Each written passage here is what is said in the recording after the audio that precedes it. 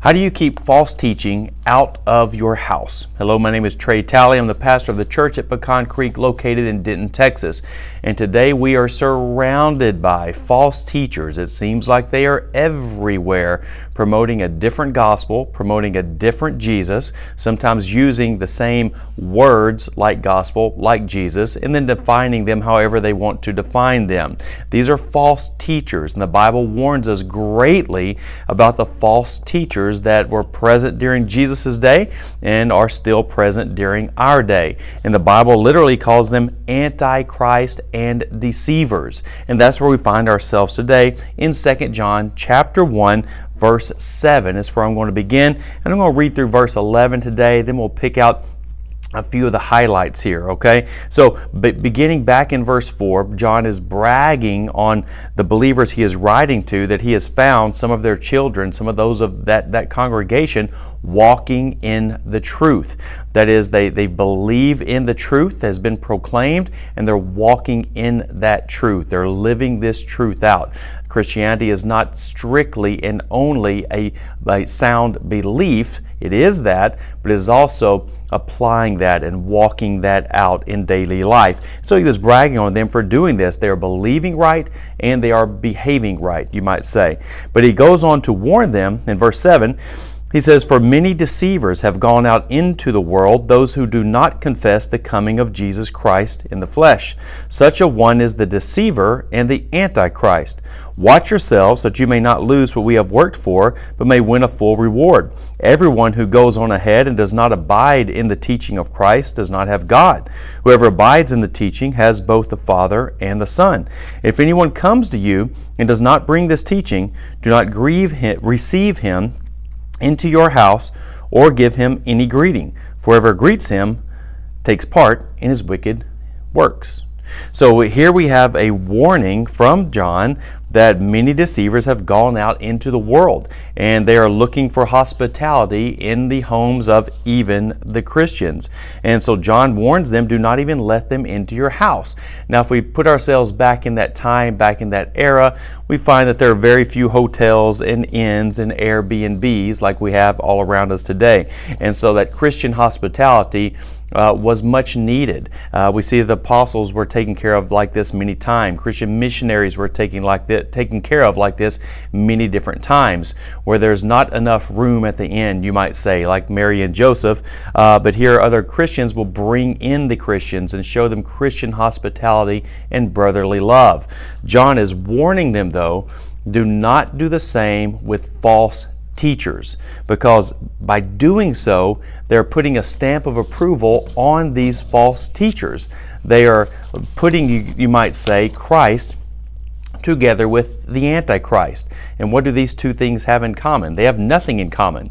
You have one person who truly believes in the person and work of Jesus Christ and believes in the gospel, but yet they're hosting or showing brotherly love, as in a Christian brother, to a non-brother, a person who is presenting a different gospel and a different Jesus, which in the end doesn't save anyone. It actually damns that person, takes them to hell. So John says, don't have anything to do with such a person. If they knock on your door, don't even greet them. Shut the door and don't let them in. Guard yourself, guard your household, and do not let this false teaching into your home. Now, this is a little different today as far as our application. Very rarely do you have people proclaiming to be Christians knocking on your door who are actually false teachers, even though we do have that thing still some today. But most commonly and most easily, how does false teaching get into your home? It can come through radio waves. We know that most Christian music out there today is false teaching. And I encourage you to listen to the lyrics of the so-called Christian music that is out there and make sure that it is lyrically truth, so that you're truly worshiping God in spirit and in truth, that you're not worshiping Him in a false way. Most of the popular Christian music today is put out by bands and from churches that would be in this category of proclaiming a false Christ and Antichrist, and they are deceivers. So that is one way. What is another way that might come to mind? How does false teaching get into the homes of Christians? It could easily be through the television, right?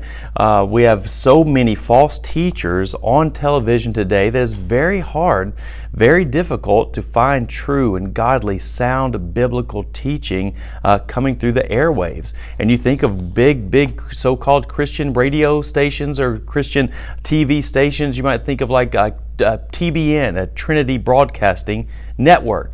Obviously, this sounds great. It's the word Trinity's there, and they're broadcasting information about the one true God who exists in Trinity, right? But if you analyze the pastors closely, you would find that many of them, most of them, the vast majority of them are proclaiming something that is not biblical, and they're actually deceivers. And so Christians often open up their door, you might say, figuratively speaking, as John is saying don't do, and they let the false teacher in, sometimes by turning on the radio, sometimes by turning on the television, or perhaps picking up a book at the Christian bookstore that's on the top 10 bestseller list. But if you analyze the books closely, once again, you'll find that many of them are out to deceive. And this is what we have to be careful of in our time and in their time as well.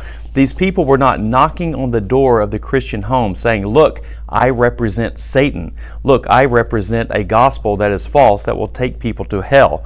They portray themselves as Christians. They use the same vernacular, the same words, but they redefine it. And that's why we have to be so cautious. So what is the best defense of guarding your home from false teaching? The best defense is to know the Word of God, to study the Word of God, to be in a church where the Word of God is preached, where it is taught, and to regularly feed your family and have your family feed on the Word of God. That way when the false teachers come, they know the truth already, and they know that this is actually a lie. This is not the truth. So, long story short, the directions here by John are for them to continue walking in the truth, knowing that teaching, believing in that teaching, and applying that teaching to their lives. And when false teachers come around, do not let them in. Let me just end by saying this. Christianity must be taught before it can be caught. All right, the primary place to teach the Word of God is not in the pulpit, even though that is a great place to do so, but it should be in the home. It should be at the kitchen table. So if you want to guard your home from false teachers, teach them the truth. Teach them the truth of the Word of God so that they know the Word of God, so that they will be guarded from the false teachers. Thanks for listening. Have a great day.